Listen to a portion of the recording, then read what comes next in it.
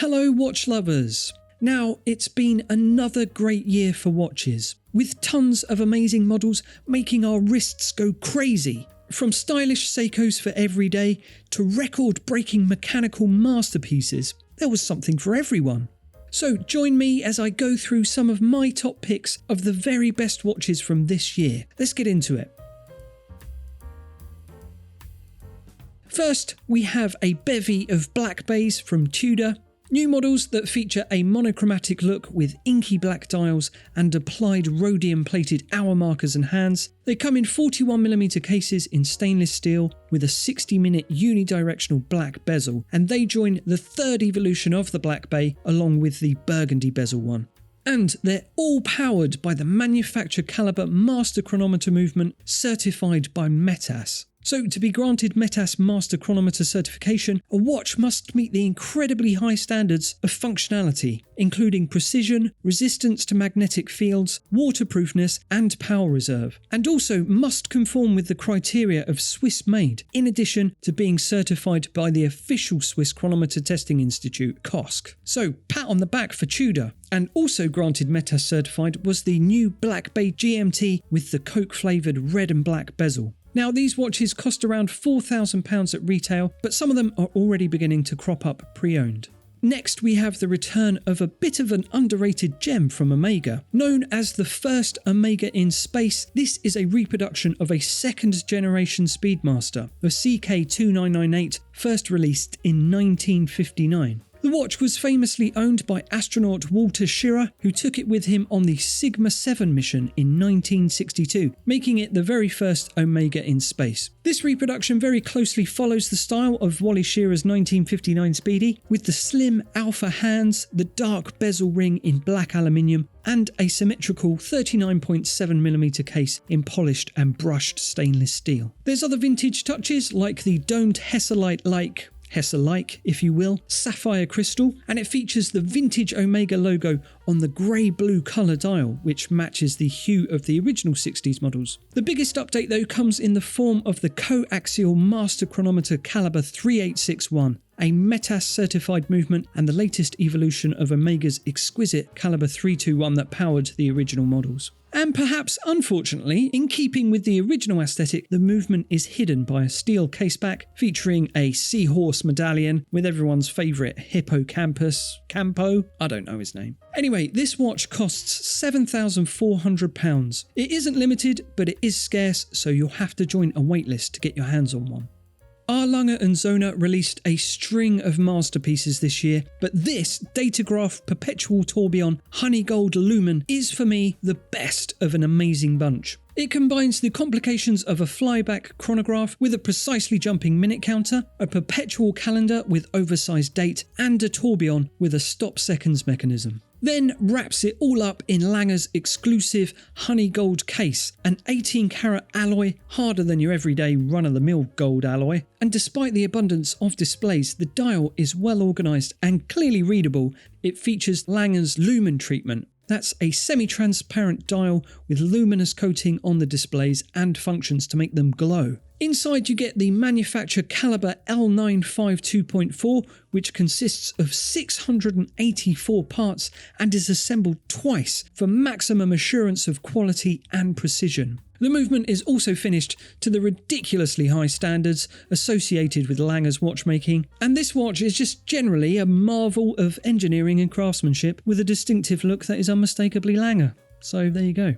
Meanwhile, IWC has been busy making some crazy watches this year, like the Lumen with its glowing ceramic case, but the craziest of them all has to be this, the Portugieser Eternal Calendar. This is a watch that pushes the boundaries of mechanical accuracy. So let's briefly summarise some of the ingenious engineering that has gone into this watch. Now, your bog standard perpetual calendar is only programmed for a 4-year cycle, and by design it will recognise the year 2100 as a leap year and thus need a correction. But the Eternal Calendar features a secular perpetual calendar movement that can calculate the leap year correctly to the year 3999. Leap year rules are a bit fiddly, and the year 4000 has not been officially decided if it's a leap year or not yet, so stay tuned for that. It also features a moon phase display accurate for the next 45 million years. Now, I'm still waiting for IWC to post a time-lapse video proving that, by the way, but anyway,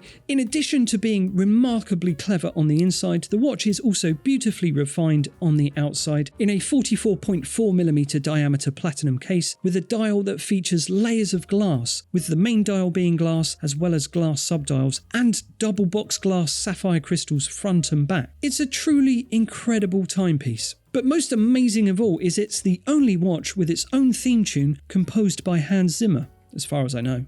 Next, we have the Jaeger-LeCoultre Duometre Chronograph Moon, a watch featuring a highly complex manually wound mono-pusher chronograph with a flying second-hand subdial that whizzes round in 1 second, during which it beats 6 times, thus capable of recording intervals as small as 1/6 of a second. This is then combined with a moon phase display, which is complemented by a night and day indicator, and elsewhere on the dial you will find a chronograph hours and minutes subdial and 2 power reserve indicators. And the watch is powered by the new caliber 391. And features the Duometre mechanism with its 2 separate barrels and 2 independent gear trains. One train drives the chronograph and the other is used for timekeeping and to power the remaining complications, but both are integrated into a single caliber and linked to a single escapement, ensuring the use of any complication will have no effect on the overall timekeeping of the watch. And as a bonus, there's no winding rotor,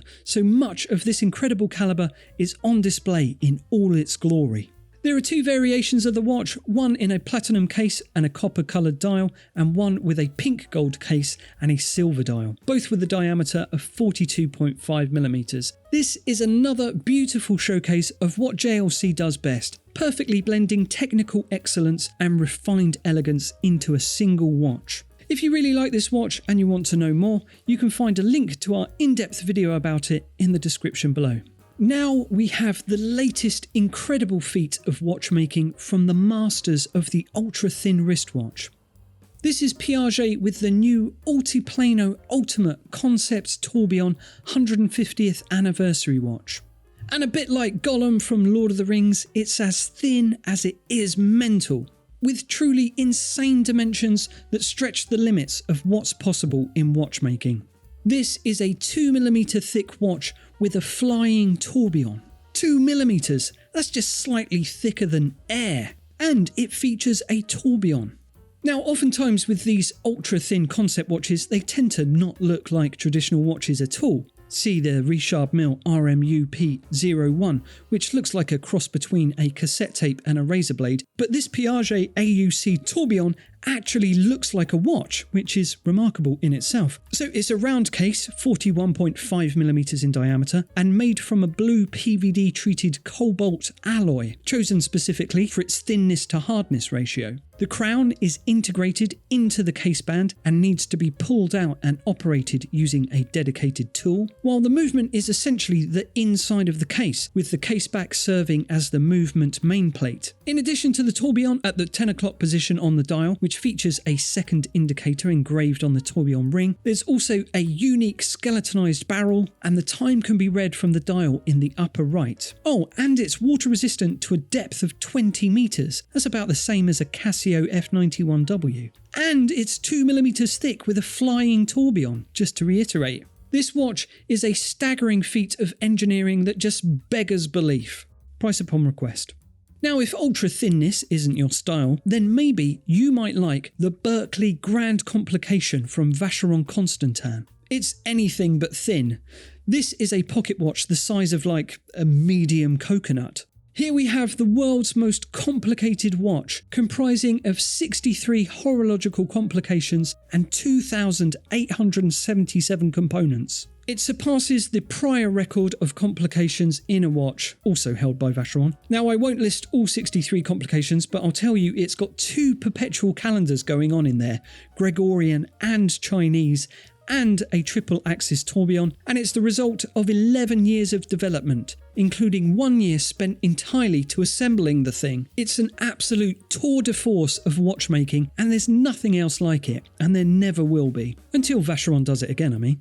Now we have a doozy from Japanese giant, your friend and mine since 1881, it's Seiko. With this, the Prospex Solar Chronograph 1969 reinterpretation. And it comes with a dial heavily inspired by the 6139 Seiko watch from the 1970s, a watch which was famously worn by NASA astronaut Colonel William Pogue during missions aboard NASA's first space station, Skylab. So essentially, the first watch worn in America's first space station.